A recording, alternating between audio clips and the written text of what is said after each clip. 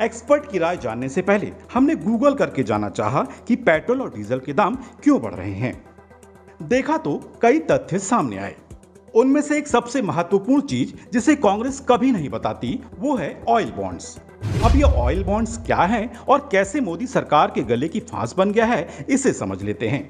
आपको जानकर हैरानी होगी कि पेट्रोल डीजल की बढ़ती कीमतों की ज्यादा जिम्मेदारी मोदी सरकार की नहीं बल्कि मनमोहन सिंह सरकार की थी।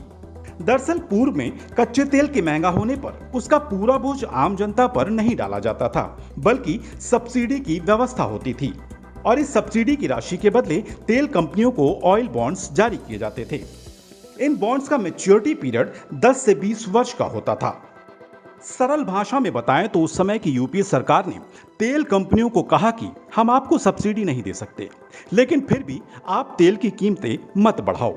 इसकी भरपाई के लिए हम आपको बॉन्ड जारी कर रहे हैं जो हम धीरे धीरे चुका देंगे।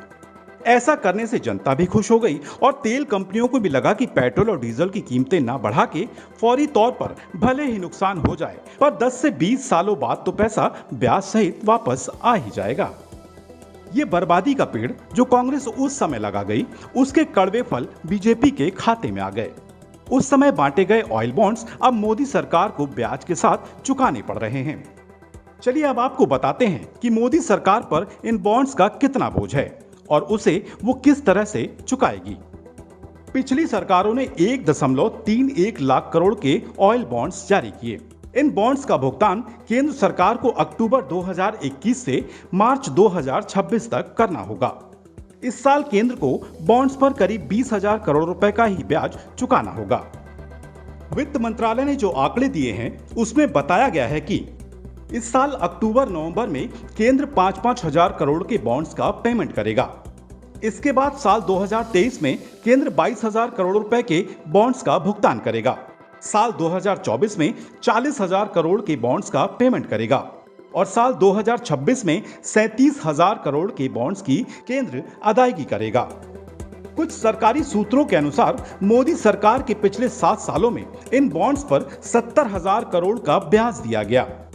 अगर हम पीछे थोड़ा सा जाकर के देखते हैं तो जुलाई 2010 में डॉक्टर मनमोहन सिंह सरकार ने पेट्रोल और डीजल दोनों को डीकंट्रोल कर दिया था। हालांकि पेट्रोल उसी समय उसका जो लागू हो गया, पेट्रोल डीकंट्रोल कर दिया गया, लेकिन जो उसका क्रियान्वयन है वो डीजल का वो 2014 में जाके हुआ जब एनडीए सरकार सत्ता में आई।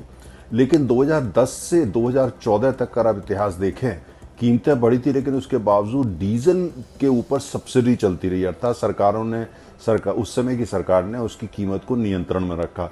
और कैसे रखा, उसके लिए सरकार जो है वो जो तेल की कंपनियां हैं उनको ऑयल बॉन्ड इशू कर दिया करती थी। अर्थात ये है कि उनको ये कहा जाता था जो भी आपका घाटा हो रहा है वो सरकार पूरा कर रही है। लेकिन कैसे सरकार पूरा करती थी, कोई पेमेंट नहीं करती थी, कोई पैसा नहीं देती थी, ऑयल बॉन्ड दे दिए और कंपनियां जाकर के वो बैंकों में भुनाया करती थी।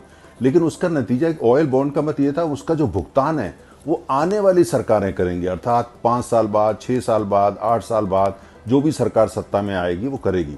तो वो सारा 2010 से 2014 तक उस समय जो कि सब्सिडी दी गई या जो कंट्रोल प्राइस थी डॉक्टर मनमोहन सिंह या कांग्रेस सरकार की, उस तमाम चीज़ों का जो भुगतान जो अरबों खरबों रुपया है वो आज तक जो है ये अब जो उसके बाद सरकार आई एनडीए की, एनडीए 1, एनडीए 2, वो सरकार आस्था उसका कर रही है। आपको बता दें कि साल 1996-97 के बाद केंद्र सरकारों ने तेल कंपनियों के घाटे की भरपाई के लिए ऑयल बॉन्ड्स जारी करने का फार्मूला निकाला था।